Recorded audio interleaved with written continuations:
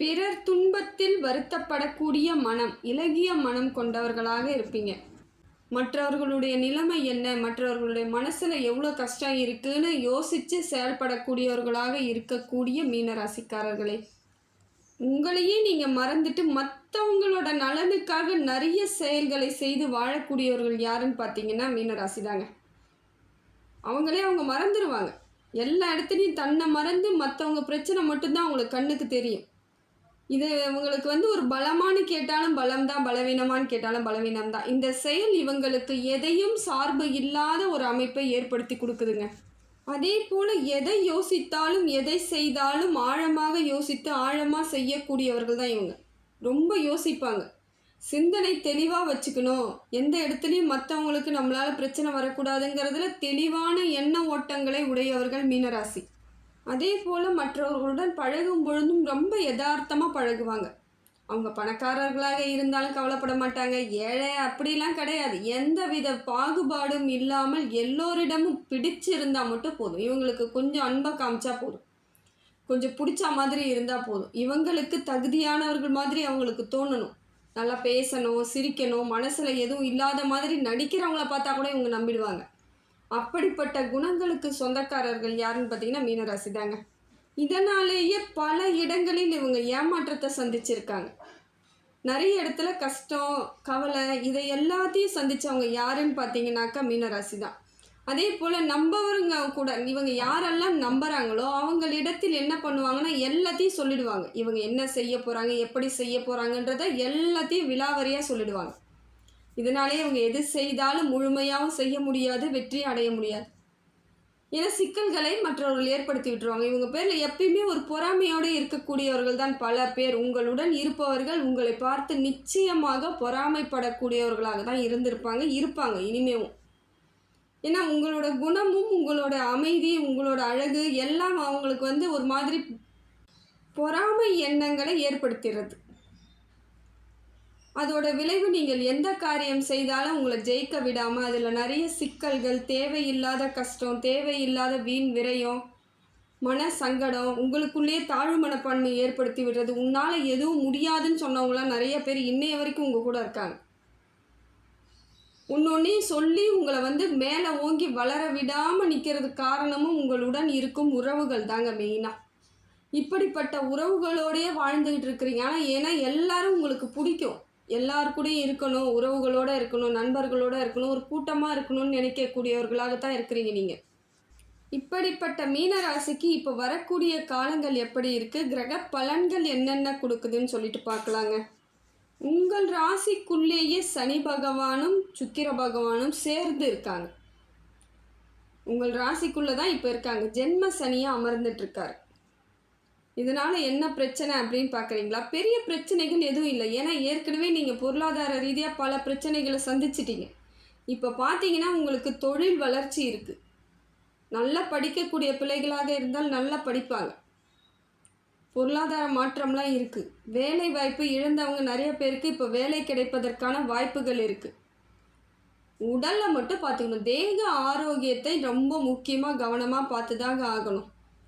ஏதோ ஒரு விதத்தில் உங்களுக்கு சின்ன சின்ன மன சங்கடங்கள், மனசுக்குள்ளே பிரச்சனை இருக்கும் பொழுது உடல் ரீதியான சங்கடங்களையும் சேர்த்து சந்திக்க வேண்டிய சூழ்நிலை ஏற்படும்.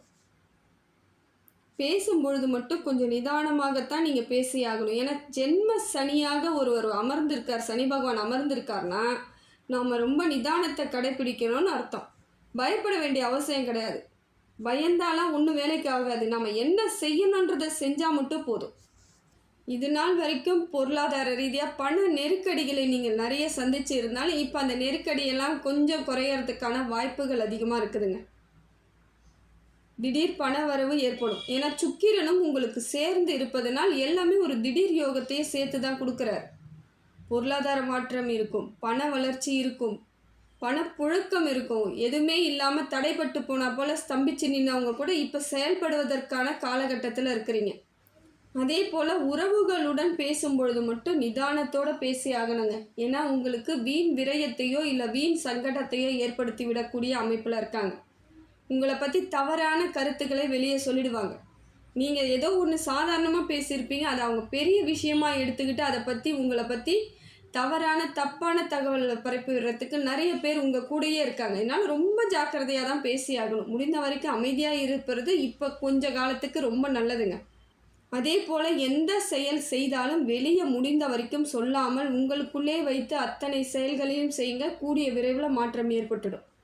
ஏன்னா நீங்கள் எந்த காரியம் செய்தாலும் அவங்களும் உங்களை பார்த்து செய்ய ஆரம்பிப்பாங்க. உங்களையும் செய்ய விட மாட்டாங்க, அவங்களும் முழுசாக முடிக்க மாட்டாங்க. இது நஷ்டத்தை தான் ஏற்படுத்தி விடும்.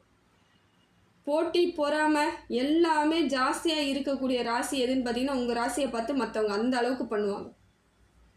மீன ராசியை பார்த்து பொறாமைப்படாதவங்க யாருமே கிடையாதுங்க. அந்த அளவுக்கு உங்களுடைய தேஜஸ் இருக்கும். பேசுகிற அழகாக பேசுவீங்க, நிதானமாக இருப்பீங்க, கண்ணியமாக நடந்துக்குவீங்க, பொறுப்பாக இருப்பீங்க. இதெல்லாம் மற்றவங்க கண்ணை உறுத்த தான் ஆரம்பிக்குது. எப்பயுமே உறுத்திக்கிட்டு தான் இருக்கும். எவ்வளோ பிரச்சனை வந்தாலும் உங்களோட இடத்துலேருந்து நீங்கள் மாறாதவங்க யாருன்னு பார்த்தீங்கன்னா மீனராசி. இப்படிப்பட்ட மீனராசிக்கு இந்த மாதிரியான சங்கடங்கள் இருந்துக்கிட்டே தான் இருக்கும். நீங்கள் தான் ரொம்ப ஜாக்கிரதையாக இருந்துக்கிட்டே இருக்கணும். வேறு வழியே கிடையாது. இது காலத்துக்கும் இருக்கும். உங்களை பார்த்து பொறாமை இன்னைக்கு படுவாங்க, நாளைக்கு சரியாயிடலாம் நினைக்கவே நினைக்காதீங்க. எல்லா காலங்களிலும் மீனராசியை பார்த்து பொறாமப்படாமல் இருக்கிறதுக்கு ஆட்கள் கிடையாது. எப்பயும் ஒரு பொறாமையோடு செயல்பட்டு உங்களோட வளர்ச்சியை தடுக்கிறதுக்கு எவ்வளோ முடியுமோ அவ்வளோ செஞ்சுக்கிட்டு தான் இருப்பாங்க. நிதானம் ரொம்ப முக்கியம். ஏன்னா தோக்கிறதுக்கான வாய்ப்புகள் அத்தனையும் நீங்களே கொடுத்துருவீங்க. அவங்கக்கிட்ட சொல்லும் பொழுதே நீங்கள் தோக்க ஆரம்பிச்சிட்டிங்கன்னு அர்த்தம். அதனால் பார்த்து பேசுங்க, நிதானமாக இருங்க. அதுக்கு அடுத்தது பார்த்தீங்கன்னா உங்களுக்கு குரு பகவான் மிதுனத்தில் இருந்து பார்க்குறாருங்க. இது நல்ல ஒரு மாற்றம். உங்களுக்கு சப்போர்ட் பண்ணுறதுக்கான ஆட்கள் வரக்கூடிய காலகட்டத்தை குரு பகவான் கொடுக்குறாரு. வீடு, வண்டி, வாகனம் இதையெல்லாம் வாங்குவதற்கான வாய்ப்பையும் கொடுக்குறாரு. கல்வி நல்ல அமைப்பாக இருக்கும். படிக்கக்கூடிய பிள்ளைகள் எல்லாம் நல்லா படிப்பீங்க. ஏன்னா உங்கள் ராசிநாதனே குரு பகவானும் பொழுது அவரோட சப்போர்ட் எப்பயுமே இருக்கும். குருவாக செயல்படக்கூடியவர்கள் நிறைய பேர் இருப்பீங்க மீனராசியில். அமைதிக்கு சொந்தக்காரராக இருக்கிறதுக்கு காரணம் என்னன்னு பார்த்தீங்கன்னா உங்களோட தேஜஸ் அழகாக இருக்கிறது, எது செய்தாலும் பொறுப்பாக செய்கிறதுக்கு காரணம் என்னென்னா உங்கள் ராசிநாதன் குரு பகவான் எப்பொழுதும் உங்களுக்கு சப்போர்ட்டாக இருக்கிறதாங்க.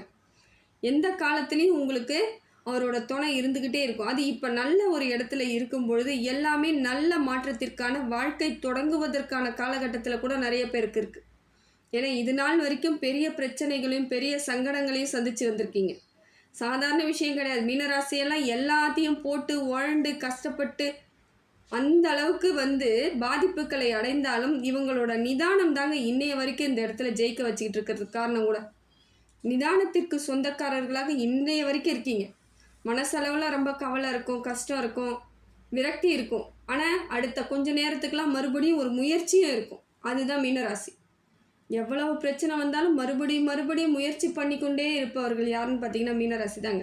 இந்த மாதிரியான மீனராசிக்கு எப்பொழுதும் இறைவன் துணையாக தான் இருந்துகிட்டு இருப்பார். அதே போல் ஆன்மீகத்தின் மீது பலத்த நம்பிக்கை உடையவர்கள் நீங்கள் தான். இப்போ ஆன்மீக சிந்தனை இன்னும் தலையை தூக்கி நிற்கும். நிறைய கோவில்களுக்கு போகிறது, கோவில்களுக்கு போயிட்டு நிறைய பரிகாரம் செய்கிறேன்னு நிறைய பணத்தை கொடுக்கறது, இதை மாதிரியான வேலைகளும் செய்யக்கூடிய ஆட்கள் நீங்கள் தான். முடிந்த வரைக்கும் பணத்தை சிக்கனமாக செலவு பண்ண வேண்டிய இடத்துல தான் இன்னமும் இருக்கீங்க. நிதானம் தேவை. பரிகாரன்ற பேரில் அனாவசியமான செலவுலாம் பண்ண வேணாம். உங்களால் முடிஞ்சால் எந்த கோவில்களுக்கு போனாலும் நெய் தீபம் 2 ஏற்றி வச்சுட்டு வாங்க. வாழ்க்கையில் கூடிய விரைவில் சுபிட்சமாக இருப்பீங்க. அதே போல் எவ்வளோக்கு எவ்வளோ கஷ்டப்பட்டு துன்பப்பட்டு நீங்கள் வந்தீங்களோ அத்தனையும் அனுபவங்களாக மாற்றி வாழ்க்கையின் படிக்கட்டாக தான் எடுத்துக்கிட்டு இருக்கீங்க இன்னைய வரைக்கும். எவ்வளோ பிரச்சனை இருந்தாலும் அந்த பிரச்சனை மேலே ஏறி நின்று ஜெயிக்கிறதுக்கான காலகட்டத்தை தேடிக்கிட்டு இருக்கவங்க யாருன்னு பார்த்தீங்கன்னா மீனராசி தாங்க.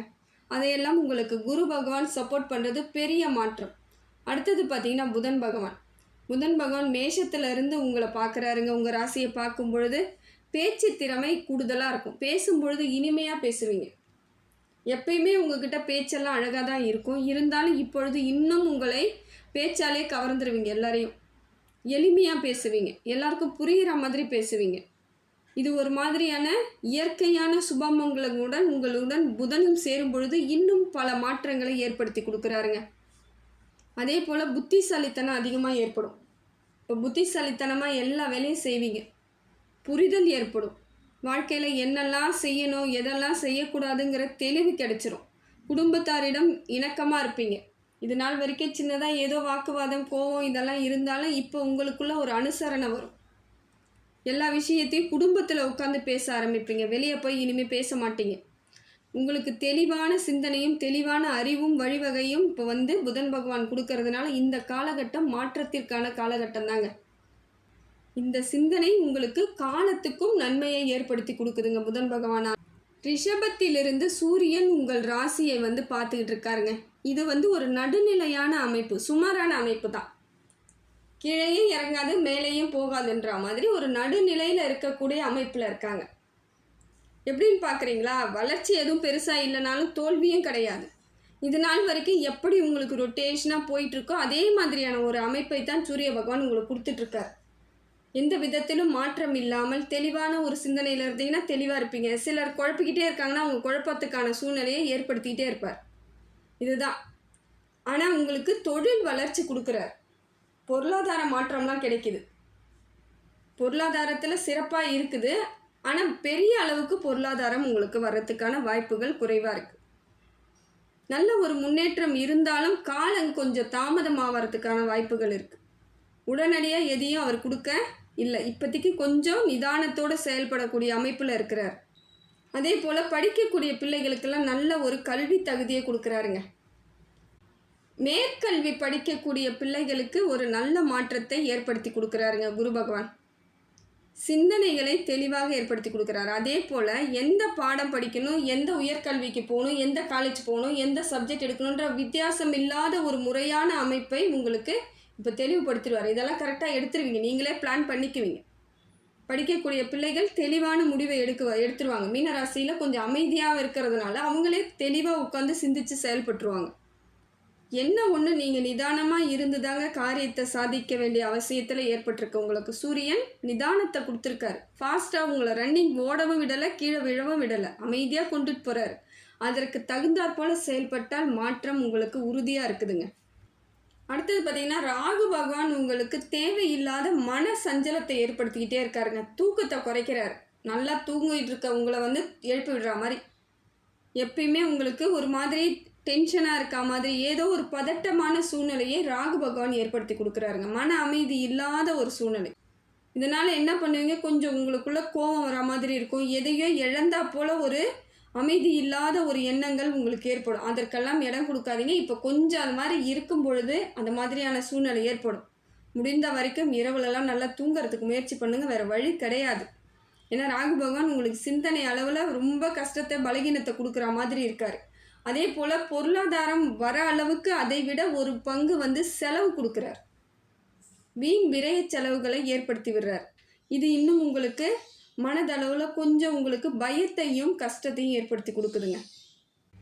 அடுத்தது பார்த்திங்கன்னா கேது பகவான். கேது பகவான் உங்களுக்கு எப்படி இருக்காருன்னு பார்த்தா உடம்பு அளவில் கொஞ்சம் உங்களுக்கு சோதனையான காலமாக இருக்குதுங்க. உடல் ரீதியான பிரச்சனைகள் வருவதற்கு வாய்ப்புகளை அதிகமாக கேது பகவானும் கொடுக்குறார். இப்போ நீங்கள் தெளிவாக முடிவு நீங்கள் தான் எடுக்கணும். ஏதாவது சின்னதாக உடல் ரீதியான பிரச்சனைகள் வருது அப்படின்னும் பொழுது உடனடியாக மருத்துவரை பார்த்தே ஆகணுங்க. அலட்சியம் மட்டும் கூடாது. ஏன்னா ஜென்ம சனியாக சனி பகவானும் அமர்ந்திருக்காரு. கேதுவும் உங்களுக்கு இப்படி ஒரு அமைப்பில் இருக்கிறதுனால உடல் ரீதியான சங்கடங்கள் வருவதற்கான வாய்ப்புகள் அதிகமாக இருக்குது.